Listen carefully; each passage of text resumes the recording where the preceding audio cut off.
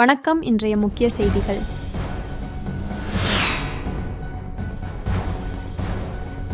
புதுச்சேரியில் பல்வேறு இடங்களில் பிரதிஷ்டை செய்யப்பட்ட 500க்கும் மேற்பட்ட விநாயகர் சிலைகள் ஊர்வலமாக கொண்டு செல்லப்பட்டு கடலில் கரைக்கப்பட்டன.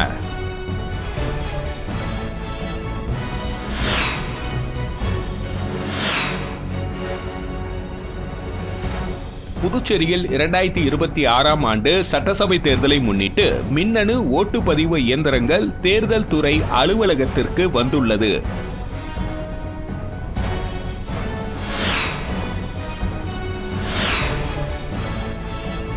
புதுச்சேரி சுகாதாரத்துறையில் பணிபுரியும் ஏஎன்எம் பணியாளர்களுக்கு இலவசமாக கை கணினிகளை முதலமைச்சர் ரங்கசாமி வழங்கினார்.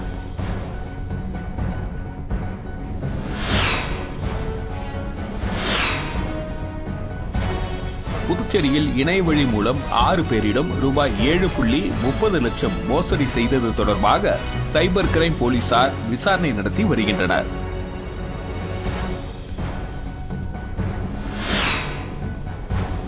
இனி வருவது விரிவான செய்திகள். புதுச்சேரியில் பல்வேறு இடங்களில் பிரதிஷ்டை செய்யப்பட்ட 500க்கும் மேற்பட்ட விநாயகர் சிலைகள் ஊர்வலமாக கொண்டு செல்லப்பட்டு கடலில் கரைக்கப்பட்டன. புதுச்சேரியில் விநாயகர் சதுர்த்தி விழா கடந்த 27ஆம் தேதி வெகு விமர்சையாக கொண்டாடப்பட்டது.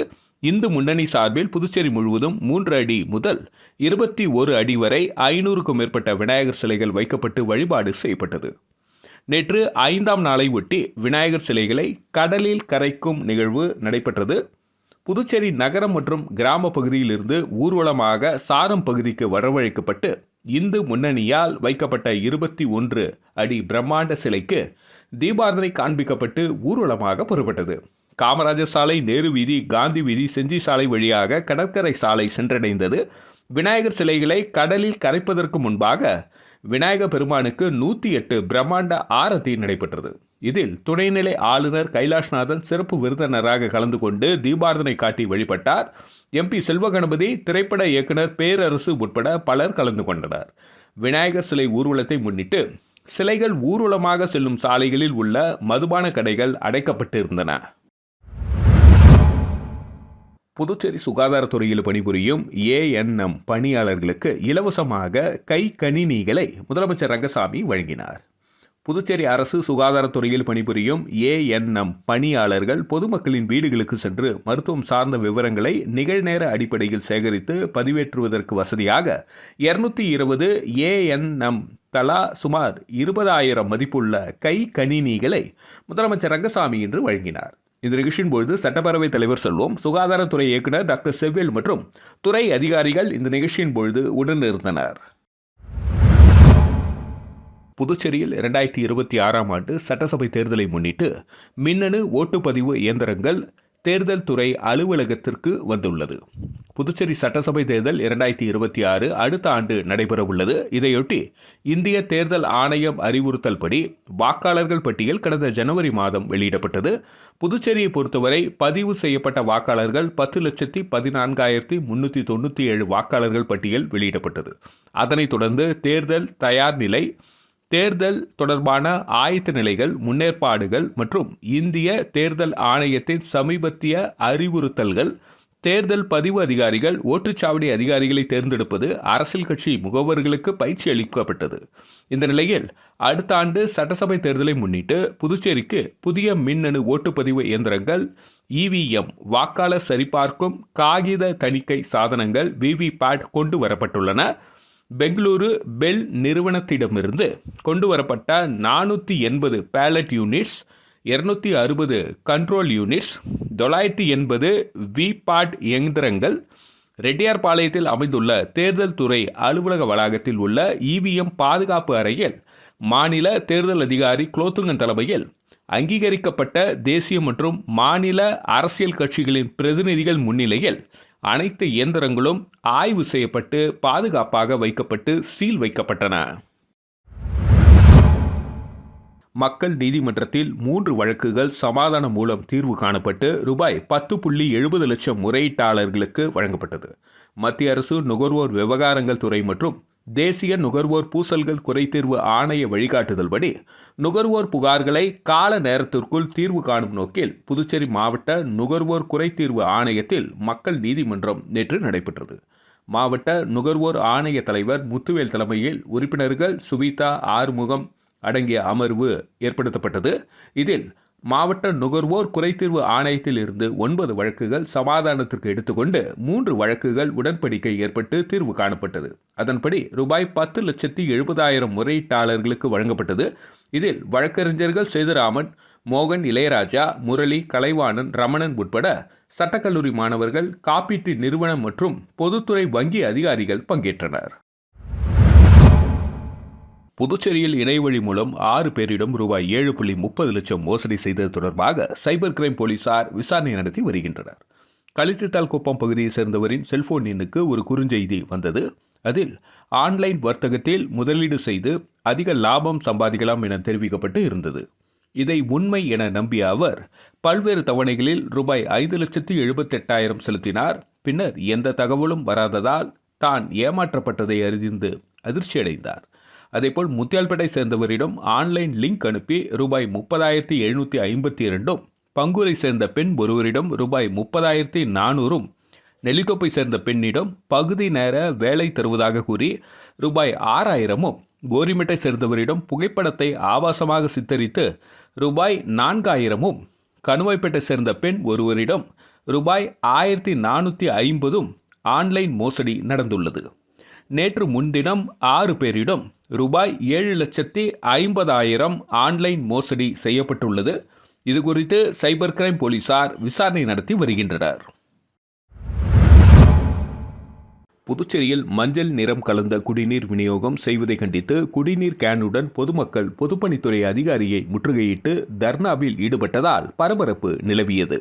புதுச்சேரி முதலியார்பேட்டை தொகுதிக்குட்பட்ட தேங்காய்திட்டு, புதுநகர், நேரு நகர், வசந்தம் நகர் உள்ளிட்ட பல்வேறு பகுதிகளில் குடிநீர் மஞ்சள் நிறமாக வருவதாகவும் இதனால் பல்வேறு தொற்று நோய் ஏற்படுகிறது, இதனை உடனடியாக சரி செய்ய வேண்டும் என்று அந்த பகுதி மக்கள் பலமுறை அதிகாரிகளிடம் மனு அளித்தனர்.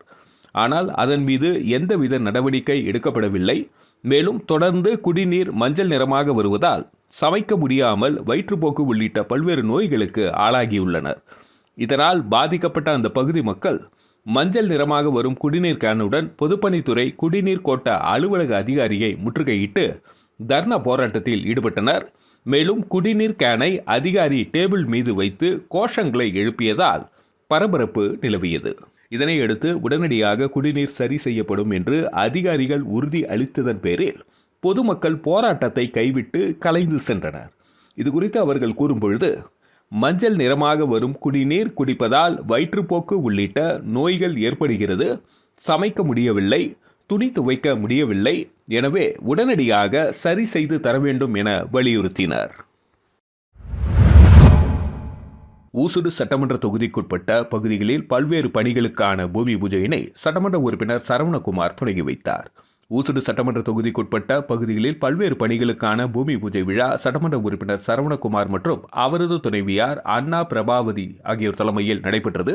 இதில் வள்ளுவன்பேட் ஸ்ரீ லட்சுமி நரசிம்மர் நகருக்கு கழிவுநீர் வாய்க்காலுடன் கூடிய தார்சாலை அமைக்கும் பணிக்கான பூமி பூஜை ரூபாய் 20,40,000 மதிப்பீட்டிலும், பிள்ளையார்குப்பம் புதுநகர் பகுதிக்கு யூ வடிவ கழிவுநீர் வாய்க்கால் அமைக்கும் பணிக்கான பூமி பூஜை ரூபாய் 15 லட்சம் மதிப்பீட்டிலும், பிள்ளையார்குப்பம் குடிநீர் தேக்க தொட்டி சுற்றி மதில் சுவர் அமைக்கும் பணிக்கான பூமி பூஜை ரூபாய் 14,48,000 மதிப்பீட்டிலும், 10 கண்ணு சட்டமன்ற உறுப்பினர் அலுவலகத்தின் அருகில் பொதுப்பணித்துறை நீர்ப்பாசன கோட்ட அலுவலகம் கட்டுவதற்கான பூமி பூஜை ரூபாய் 35 லட்சம் மதிப்பீட்டிலும் என பல்வேறு பணிகளுக்கான பூமி பூஜை நடைபெற்றது.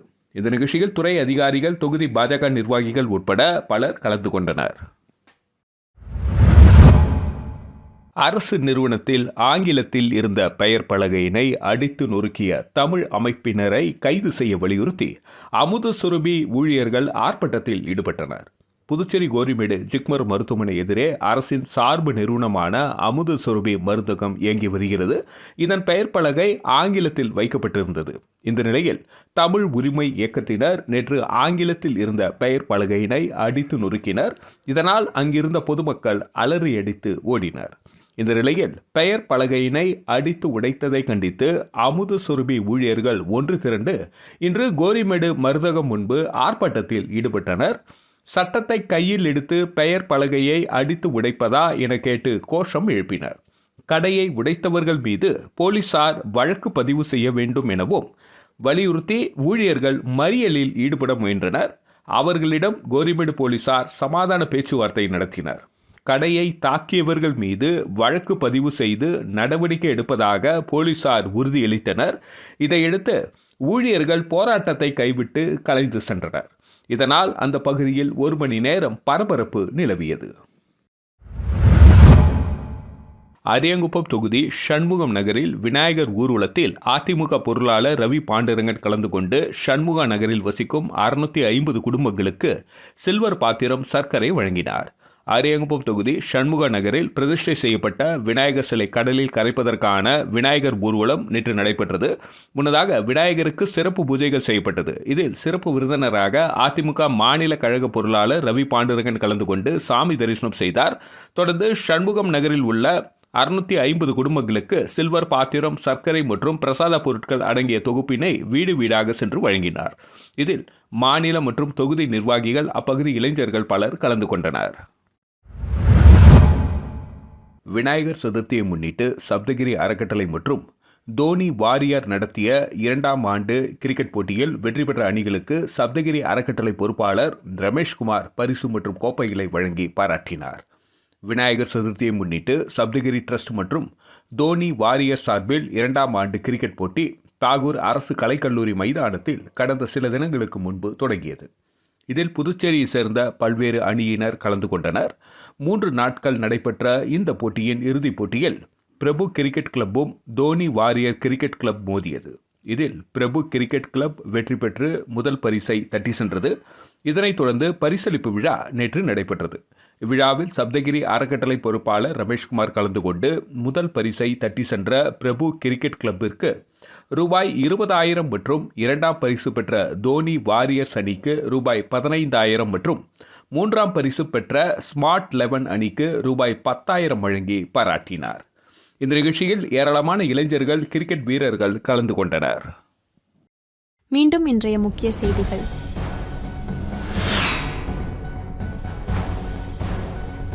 புதுச்சேரியில் பல்வேறு இடங்களில் பிரதிஷ்டை செய்யப்பட்ட 500க்கும் மேற்பட்ட விநாயகர் சிலைகள் ஊர்வலமாக கொண்டு செல்லப்பட்டு கடலில் கரைக்கப்பட்டன.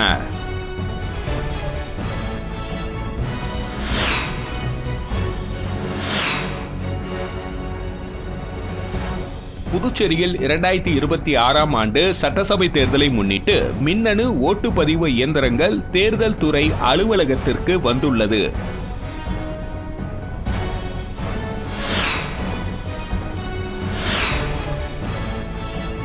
புதுச்சேரி சுகாதாரத்துறையில் பணிபுரியும் ANM பணியாளர்களுக்கு இலவசமாக கை கணினிகளை முதலமைச்சர் ரங்கசாமி வழங்கினார்.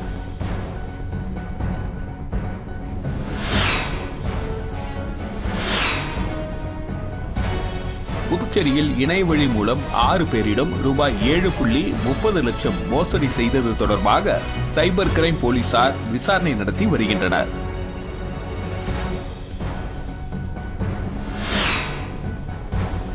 செய்திகளை துல்லியமாகவும் தெளிவாகவும் தெரிந்து கொள்ள கிரியேட்டிவ் மீடியா யூடியூப் சேனலை சப்ஸ்கிரைப் செய்து கொள்ளவும். நன்றி, வணக்கம்.